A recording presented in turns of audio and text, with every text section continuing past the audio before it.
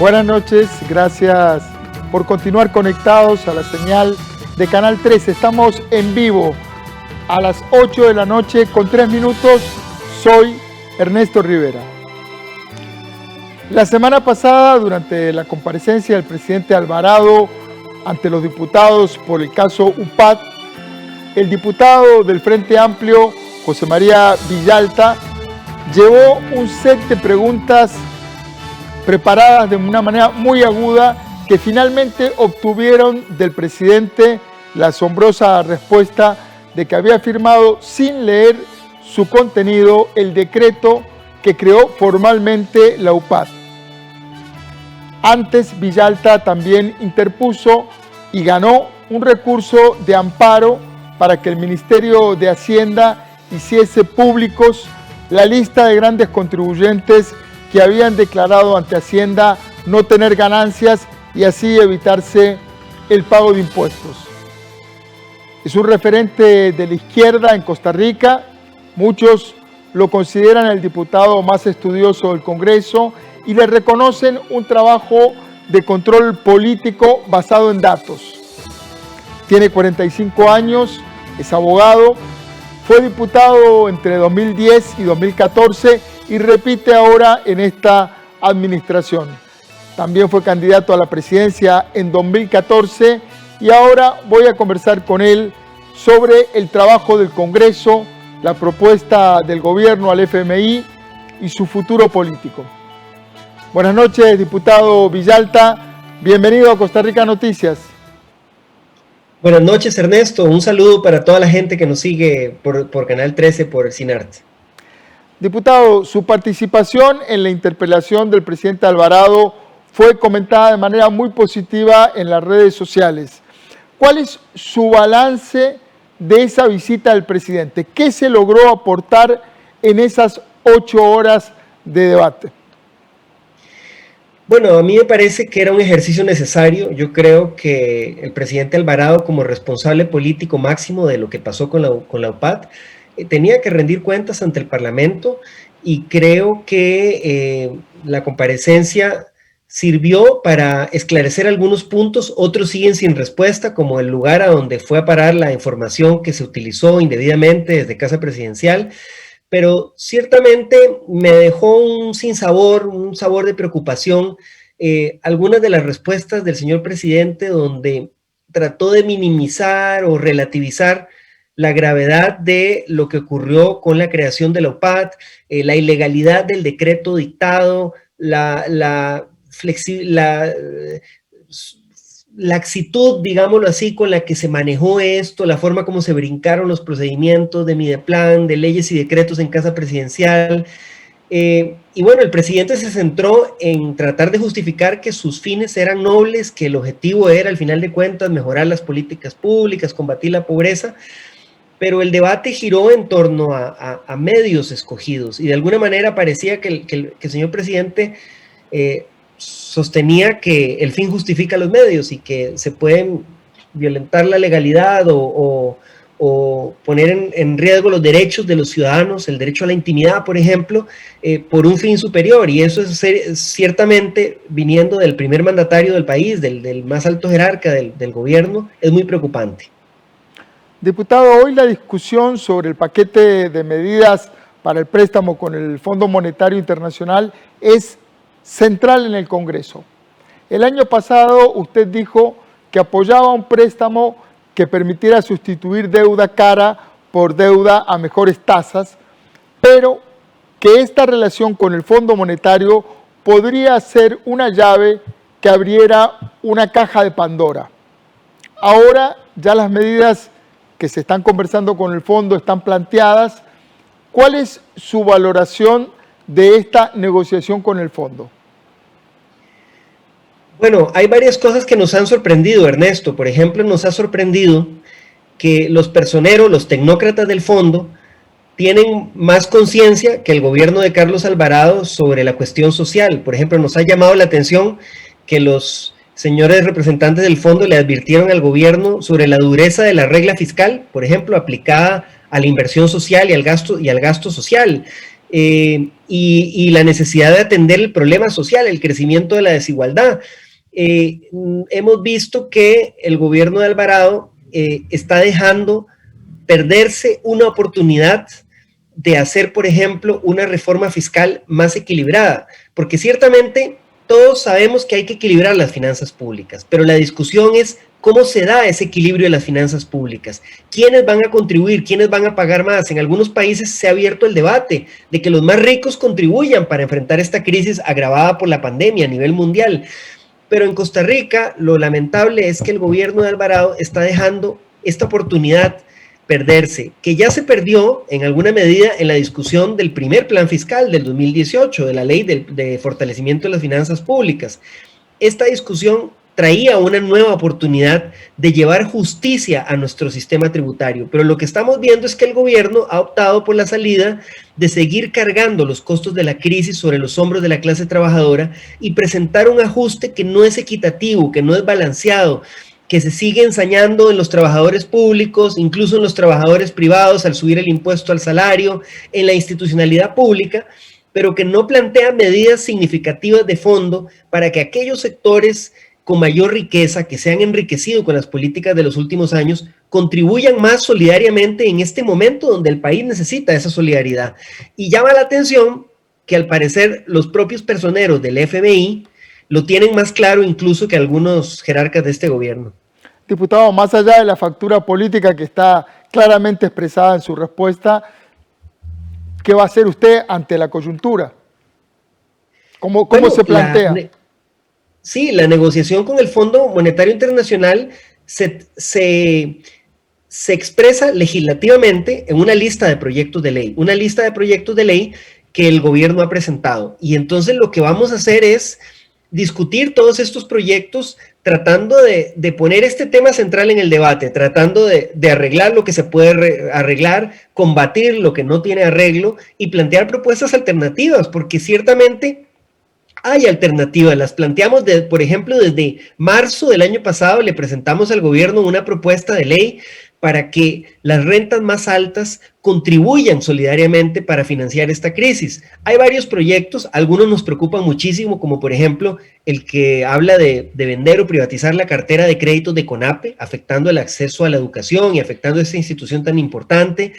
La ley de empleo público presenta problemas serios, problemas graves que pueden más bien terminar afectando el funcionamiento de las instituciones públicas porque parte de un enfoque puramente recortista sin buscar la mejora en la prestación de los servicios en las instituciones. El proyecto de renta global dual, por ejemplo, nos plantea el gran reto de lograr una reforma a la ley del impuesto sobre la renta que se ha postergado durante décadas en nuestro país, una reforma integral que nos permita un sistema tributario más progresivo, más justo. No se trata de ponerle más impuestos al pueblo trabajador que ya no aguanta impuestos, sino que se trata de lograr un balance, un equilibrio donde realmente los que más tienen contribuyan más. Dichosamente, la agenda no está escrita en piedra, lo dijeron incluso los personeros del Fondo Monetario Internacional. Lo importante es que el país logre un ajuste para equilibrar las finanzas del Estado. Pero cómo se da ese ajuste, cómo se da ese equilibrio, es una discusión que tenemos que tener a nivel nacional y en la Asamblea lo vamos a plantear así, tratando de problematizar esta situación. Definitivamente, ¿de qué cuero van a salir las tiras para equilibrar el presupuesto? Es la discusión. El tema de la equidad, que es el tema central que usted está planteando, es también uno de los mayores daños que está causando la pandemia. Se ha profundizado la brecha entre la educación de calidad, entre las escuelas y colegios públicos y los privados. ¿Cómo analiza usted este tema y cómo valora el operativo regreso que tiene ahora el MEP?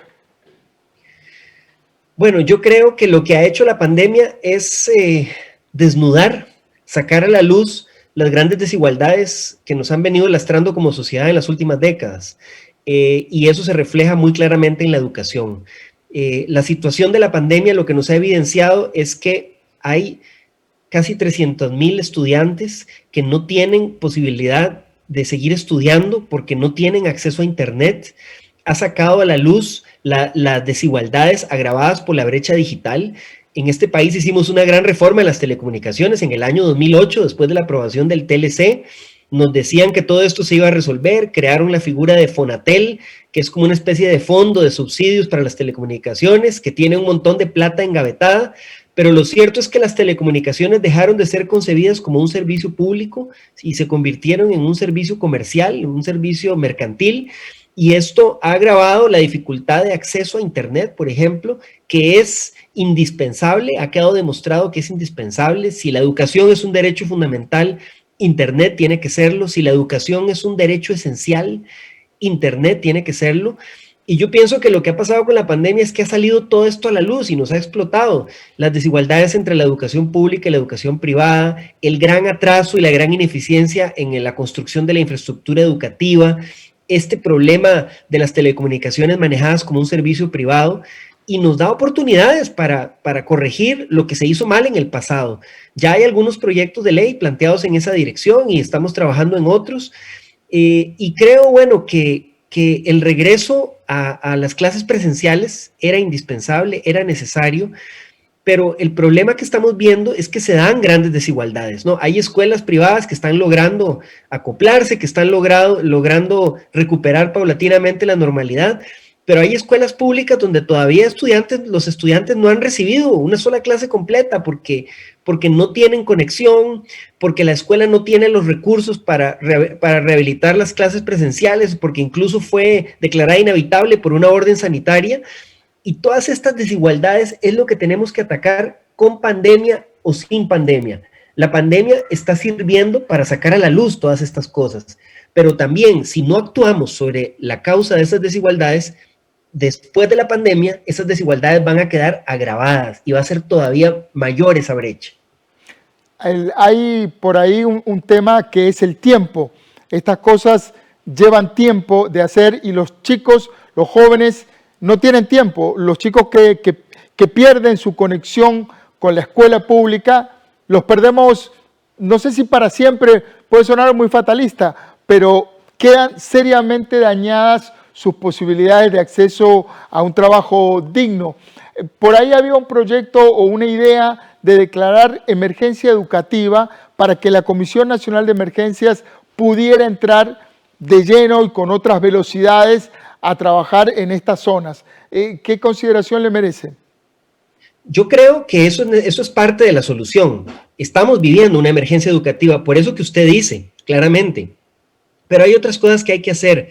Hay que aprobar el proyecto de alfabetización digital para que el MEP pueda ejecutar directamente los recursos que están ociosos en Fonatel y que no se están asignando adecuadamente, pero también hay que recuperar el carácter de servicio público del Internet. No puede seguirse manejando como un servicio comercial más, sino que debe concebirse como un servicio público donde los operadores tengan una serie de obligaciones también más claras de garantizar la prestación con tarifas justas. Debemos profundizar el acceso a Internet en escuelas y colegios, pero hay que atacar también la brecha que impide que en muchos hogares haya acceso a Internet, y por eso es que la acción debe ser integral, debe ser combinada. Pero también, yo tengo que decirlo, hay mucha hipocresía en este tema, porque mientras se hablaba la semana pasada de la necesidad de declarar emergencia educativa, tuvimos que correr en la Asamblea Legislativa para eliminar o reformar una norma que aprobó esta misma Asamblea que obligaba a congelar y de eliminar plazas del Ministerio de Educación, un 80% de las plazas docentes del Ministerio de Educación, que provocó casi que la verdadera emergencia, provocó que en muchas escuelas y colegios no haya docente nombrado porque eliminaron las plazas sin tener un estudio sobre la necesidad de esas plazas. Y eso lo hizo esta Asamblea Legislativa en ese afán recortista de desmantelar las instituciones, de volarle tijera a las instituciones sin tratar de corregir lo que está mal, salvando lo que está bien. Esa lógica de matar el perro para curar la rabia, en vez de tratar de curar la rabia para que el perro del animal esté sano, y tuvimos que correr para eliminar esa norma que estaba obligando a congelar y estaba dejando a muchos niños sin sus maestros nombrados. Entonces también lo que trato de decir con este ejemplo es que esa emergencia no es solo por la pandemia, sino que se ha agravado o se puede agravar muchísimo por políticas equivocadas que tomamos o que toman algunos partidos, algunos diputados desde la Asamblea Legislativa. Diputado, usted tiene un proyecto de ley para que los delitos de corrupción de los funcionarios públicos no prescriban. Cuénteme sucintamente qué propone ese proyecto y qué ambiente tiene hoy en el Congreso. Bueno, el proyecto de ley lo que busca es declarar imprescriptibles los delitos de corrupción cometidos por funcionarios públicos en el ejercicio del cargo, que la acción penal, la acción para castigar esos delitos, no prescriba como ocurre hoy, que prescriben lamentablemente muchas veces sin que las investigaciones han concluido. Y lo que parte es en sintonía con lo que han hecho ya varios países y con varias convenciones de lucha contra la corrupción de Naciones Unidas, parte del reconocimiento de que la corrupción es un crimen social, donde el que la comete no solo se roba la plata del pueblo, no solo se roba la plata de una persona, de dos personas más bien, sino que le roba a todo el pueblo y provoca un daño social gravísimo, que además daña las instituciones, la credibilidad de las instituciones. Quienes cometen actos de corrupción muchas veces tienen una posición de poder que les permite encubrir sus acciones. Y por eso es que creemos que para fortalecer esa lucha y porque los delitos de corrupción deberían considerarse casi tan graves como delitos de lesa humanidad, porque le causan un daño a toda la población, a toda la ciudadanía. No debería permitirse que prescriban tan fácilmente como prescriben ahora. El proyecto de ley no pudo avanzar porque una mayoría de diputados en el plenario no quiso darle un nuevo plazo para que se discuta. Entonces lo que estamos haciendo es volverlo a presentar para volver a poner la discusión en el debate público.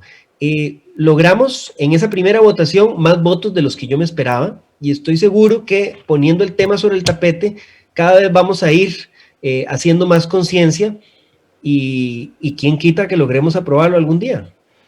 Ojalá, vamos a ver la voluntad del sistema político de vigilarse a sí mismo. Justamente, diputado, este año es indudablemente un año marcado por la campaña a las elecciones del 2022. ¿Cómo anticipa usted que será esta campaña política? ¿Cree que volverá a polarizarse alrededor de temas de derechos humanos como la anterior?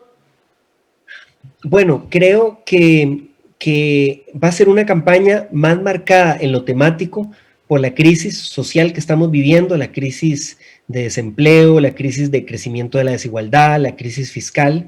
Uno podría anticipar eso, que la discusión económica va a recuperar protagonismo en la campaña, pero también creo que quienes buscaron polarizar la elección del 2018 van a buscar hacerlo también en esta elección. La discusión es si lo lograrán, porque cada proceso electoral es distinto, se ve influenciado por la coyuntura, por las candidaturas, los partidos, y está por verse si la experiencia del 2018 nos ha dejado también un aprendizaje como nación, como pueblo, los mismos medios de comunicación, para hacer las cosas distinto, lo que no se hizo tan bien.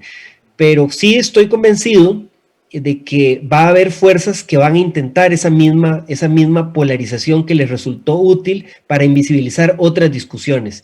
Y también estamos quienes vamos a tratar de que las discusiones realmente relevantes, bueno, todas las discusiones son relevantes, pero que no se invisibilicen discusiones fundamentales como la discusión sobre el modelo económico, sobre la justicia tributaria, sobre la reducción de la pobreza y la desigualdad. Por supuesto, sin dejar de lado el avance en materia de derechos humanos, pero sí tratando de que esas discusiones, esos debates fundamentales que quedaron invisibilizados en la campaña del 2018, no lo queden en esta. Don José María, en diciembre del 2013, durante la campaña para las elecciones presidenciales, usted aparecía en un empate en las preferencias con el candidato de Liberación Nacional de entonces, que era Johnny Araya. ¿Repetirá usted en esta campaña su candidatura presidencial? ¿Se va a lanzar a la presidencia? Bueno, fíjese, Ernesto, que esa es una decisión que no está tomada todavía. Estamos analizando todos los escenarios en este momento, estamos valorándolo. esa experiencia del 2013 dejó muchos aprendizajes. Fue una campaña larga, desgastante, y en esta ocasión, pues, obviamente con más experiencia, con más bagaje, estamos valorando todas las aristas en este momento. No es una decisión que todavía creamos que haya que tomar. Nos parece que en este momento hay que concentrarnos en la discusión tan fuerte que se está llevando en la Asamblea Legislativa, en toda esta agenda, todo este paquete de proyectos de ley vinculados con la negociación del Fondo Monetario Internacional. Creo que no le hace bien al país un arranque prematuro, como algunos partidos están buscando, de la campaña electoral. Más bien creo que esas campañas deberían acortarse un poco, y más en este contexto de pandemia, donde tenemos discusiones que habría que abordar en clave de unidad nacional hasta donde se pueda, en clave de retrasar lo más que se pueda el arranque de la campaña política. Entonces, lo que le puedo decir en este momento es que ninguna posibilidad está descartada, pero creo que todavía falta un poco de tiempo para poder contestar definitivamente esa pregunta suya. Respuesta de político, don José María. No le digo que no, ni le digo que sí. No lo descarto ni todo lo contrario. Don José María, justamente en estos temas de política y de ubicación del Frente Amplio, a usted se lo ha elogiado, y esta semana pasada se lo elogió mucho por la manera en que llevó adelante las preguntas al presidente, pero muchas veces se ubica a la izquierda como un agente que hace buen control político. La gente dice, bueno, tiene que haber 1 o 2 diputados o una cantidad X en la Asamblea Legislativa para hacer control político, pero de ahí a poner un presidente con estas ideas hay una diferencia. ¿Usted cree que eso va cambiando o cómo lo analiza usted? Yo creo que nada de eso está escrito en piedra. Creo que obviamente un partido como el Frente Amplio, como nuestro partido, es un partido que ha ido creciendo, ha ido madurando y que tiene siempre el reto de mostrarle al pueblo de Costa Rica que tiene capacidad de gobierno, que tiene capacidad de integrar, de ocupar un gabinete, que tiene capacidad de plantear soluciones realistas a los problemas del país. Y ese es el gran reto que tenemos, demostrar que hemos crecido como partido y que nos hemos consolidado para ser una opción seria con capacidad y vocación de gobierno. Creo que ninguna posibilidad está cerrada, y que esos techos de alguna manera que nos han querido imponer o que nosotros tal vez nosotros mismos nos hemos autoimpuesto, se pueden perfectamente romper, como en Costa Rica y en el mundo se están rompiendo muchos otros techos de cristal. Don José María, muchísimas gracias por el tiempo que nos dedicó y vamos a seguir su trabajo muy de cerca. Muchas gracias. Gracias a usted, Ernesto. Un saludo. Buenas noches. Don José María Villalta, diputado por el Frente Amplio. Todas las voces en la televisión pública. Tratar de entender las maneras de pensar, las diferentes abordajes y las maneras de proponer soluciones de los distintos actores de la política y del trabajo social en el país. Recuerde, trabajamos para usted. Somos la televisión pública de Costa Rica.